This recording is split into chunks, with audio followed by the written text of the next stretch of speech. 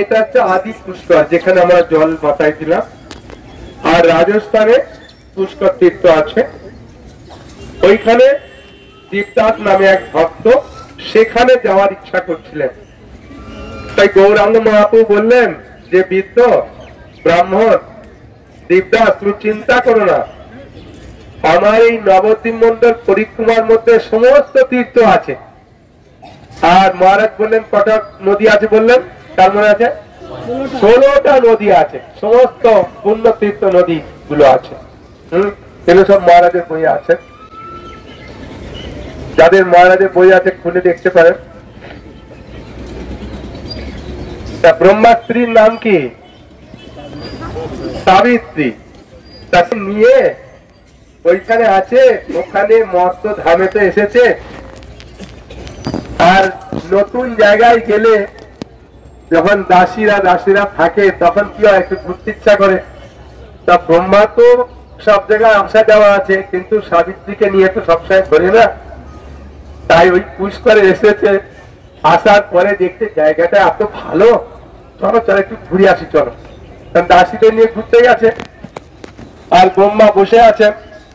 আর যিনি পুরোহিত পৌরোহিত্য করবেন, মন্ত্র বলবেন, তিনি বলছেন এই শুভ মুহূর্তটা ত্যাগ করা যাবে না, এই সময় যজ্ঞ করতে হবে নাকি। যজ্ঞ করতে গেলে স্ত্রীকে বাম পাশে বসতে হবে। স্ত্রী কোথায় গেছে, দেখতে ভালো লাগছে, ঘুরতে দেরি হয়ে গেছে। আর ব্রাহ্মণ তখন বলছেন তাহলে আমি গায়ত্রী মন্ত্রের মাধ্যমে একজন মহিলা সৃষ্টি করি। তা গায়ত্রী মন্ত্র জপ করতে করতে একজন মহিলা হয়েছে, এসে উপস্থিত হয়েছে। হ্যাঁ, তাকে নামও দিল গায়ত্রী, যেহেতু গায়ত্রী মন্ত্র জপ করার ফলে হয়েছে। এবং তাকে শুদ্ধ করে এলেন, গায়ের মুখে দিয়ে পেছন দিয়ে ঢুকে বোধ মুখ দিয়ে বার করছে। তা করার পরে ও বাম পাশে বসে আছে, যজ্ঞ করছে। আর সাবিত্রী এসে দেখছে কি, কে বসে আছে বাম পাশে, সর্বনাশ, আমি ছাড়া যজ্ঞ হবে না, কাকে নিয়ে যজ্ঞ করছে। তবে গন্ধাসের কাছে কি হয়েছে বলতেই সাবিত্রী প্রচন্ড রেগে যাচ্ছে। আর সামনেই রাখে বিষ্ণু। দেখার পরে বলছে একটু সময় ধৈর্য লাগলো না, মানে বসে আছে, আপনাকে স্ত্রীকে ছেড়ে কোলে করে ঘুরতে হবে। অভিশাপ দিয়ে দিল। হ্যাঁ, মায়েরা যদি একটু রেগে অভিশাপ দেয় লেগে যায়, সেই জন্য ভয়ও আছে। হ্যাঁ, সেই জন্য মহারাজ মাঝে মাঝে বলে আনন্দ দিতে দেখেছেন তো, ক্ষমা হয়ে যায়। হ্যাঁ, হাসি মুখে। তা এখন অভিশাপ দিয়ে দিলেন। শিবজিও পাশে ছিলেন, পরম বলছিল তুমি তোমার লিঙ্গ ভূপতিত হবে। তখন দেবগুরু বৃহস্পতি বললেন কোনো চিন্তা নেই, এই লিঙ্গ পূজা হবে জগতে। হ্যাঁ, ব্রাহ্মণদেরকে বললেন, অভিশাপ দিলেন তোমরা যতই ধনী অভিজ্ঞা করি খেতে হবে। এইভাবে রেগে মেগে অভিশাপ দিয়েই যাচ্ছে। ঋষিরা তখন বললো বাবা এত মেয়ের এত শক্তি, এত চিৎকার করছে জোরে জোরে, যাক তোমার পর তুই থাকবে। ওই জন্য মায়েদের এখানে কষ্টটা নাকি। হ্যাঁ, আমি দেখি না, আপনারা দেখি না। হ্যাঁ, তাই পুষ্করে তখন গৌরাঙ্গতম স্বামী মহারাজ বলছেন যে স্বামী স্ত্রীতে ঝগড়া হলে স্ত্রীকে বেশি রাগালে অসুবিধা আছে, রেগে মেগে কিছু বলে দিল, ওটা রেগে যাবে, লেগে যাবে। সেই জন্য আর একটা কথা মহারাজ হাসতে হাসতে বলছিলেন যে স্বামী যা কিছু পূর্ণ কাজ করুক না কেন, তার ফলটা স্বামী পাবে না। স্বামী যা করবে তার অর্ধেক ফলটা স্ত্রী আপনার থেকে পেয়ে যাবে। রাজস্থানের পুষ্কর, ওখানে 100 বছর বাস করলে যে ফল, আমরা একদিন ওইখানে বাস করে এই একই ফল লাভ করেছি। এবার উচ্চহাট বা ভট্টডাঙ্গা এরকম ভাবে বলে, পরে জোরে জোরে কীর্তন করেছিলেন।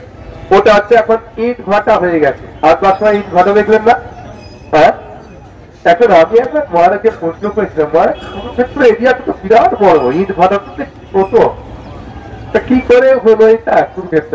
তার মহারাজ বলছেন সমস্ত তীর্থরা তাদের স্বরূপ নিয়ে এখানে আছে, সেই জন্য আছে। আর যে নৈমিষারণ্য তো বিরাট, হ্যাঁ, 88। তা ওখানেতে দেবগণ, ইন্দ্র সহ দেবতাগণ গৌরাঙ্গ নাম কীর্তন করেছিলেন। সকলে একবার 3 বার বলি, এখানে গৌরাঙ্গ নাম বলি।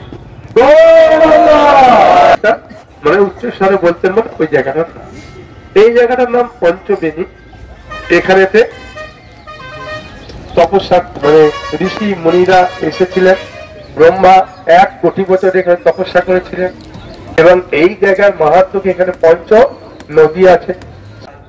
এই পঞ্চবিন্দু 5টা নদীর নাম কি কি বলেছিলাম কার কার মনে আছে?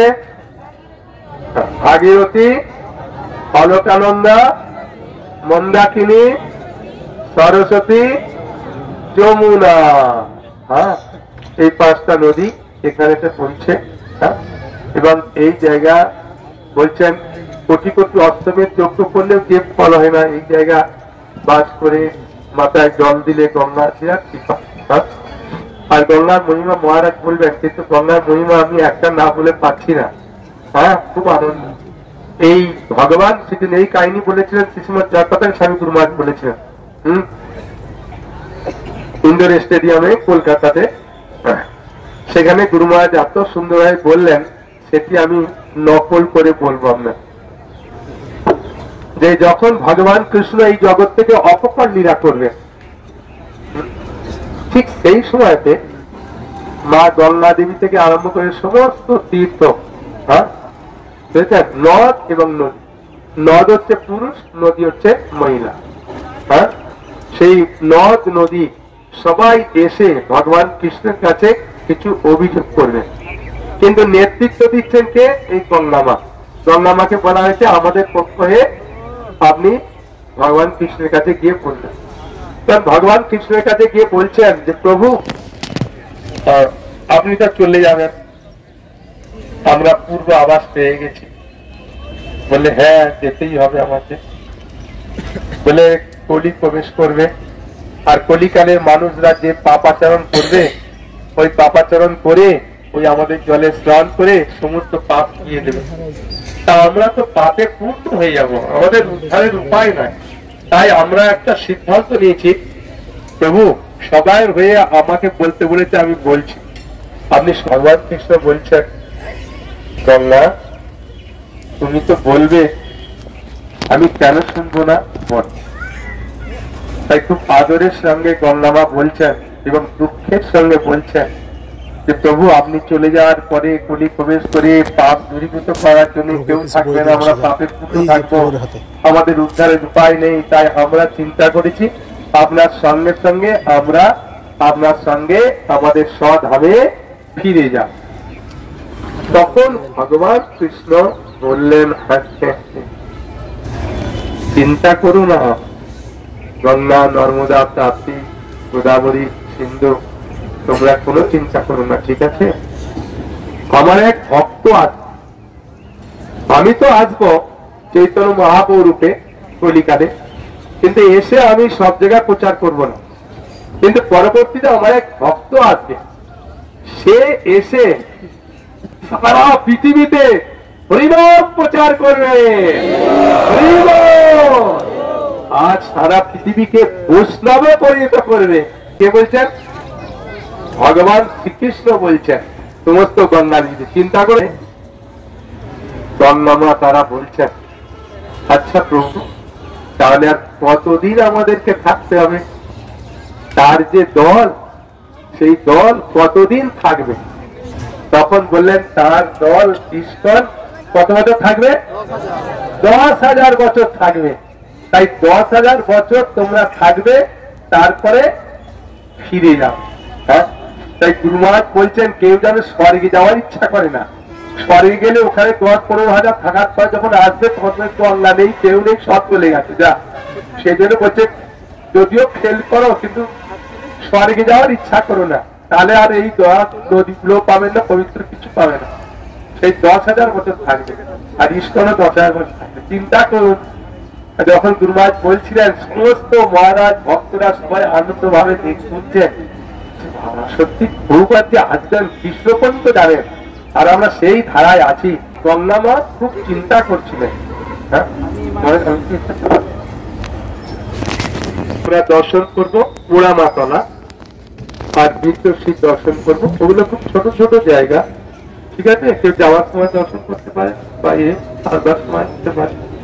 ওখান থেকে দর্শন করে ধামেশ্বর মহাপ্রভু দর্শন করবো। করার পরে জগন্নাথ দাস বাবাজি মহারাজ খুব সুন্দর কাহিনী আছে ধামেশ্বর মহাপ্রভু। সেই ধামেশ্বর মহাপ্রভুকে দেখতে খুব অপূর্ব, যেন আপনাকে হাত বাড়িয়ে এরকম করে আছে, আহ্বান করছে, এসো এসো, নবদ্বীপ মন্ডল পরিক্রমায় এসেছো, এসো এসো এসো। হ্যাঁ, খুব আনন্দে আপ্যায়ন করছে। আর অপূর্ব বিগ্রহ, মানে মহাপ্রভু যে কিরকম দেখতে ছিল সেটা যদি দেখতে হয় মহাপ্রভু থাকাকালীন অবস্থায় বিগ্রহ, তা একদম যেমন দেখতে ছিল ঠিক সেই রকম শিল্পী তৈরি করেছে। হ্যাঁ, আর শিল্পী কি মহাপ্রভু নিজে বলে দিয়েছেন, আমার এই নিম গাছের একটা ডাল নিয়ে বংশীবদন ঠাকুরকে বলেছেন যে এক শিল্পী আসবে, সে তৈরি করবে। সে শিল্পী তো আর এমনি আসবে না, স্বয়ং বিশ্বকর্মাই এসেছেন, তাই তিনি তৈরি করেছেন। মানে মহাপ্রভুকে কিরকম দেখতে, তার চুল কিরকম, তার মুখের গড়ন কিরকম, লম্বা না গোল, কিরকম ভাবে রং, সব কিছু সুন্দর ভাবে দেখতে পাবে। এই বিষ্ণুপ্রিয়া দেবী মহাপ্রভুর বিরহ সহ্য করতে না পেরে তিনি এই বিগ্রহ, মহাপ্রভু বলেছিলেন মহাপ্রভু নির্দেশে বিগ্রহ, এই বিষ্ণুপ্রিয়া দেবী সঙ্গে মহাপ্রভু যখন বিবাহ হয়, হ্যাঁ, তার একটা লীলা মহারাজ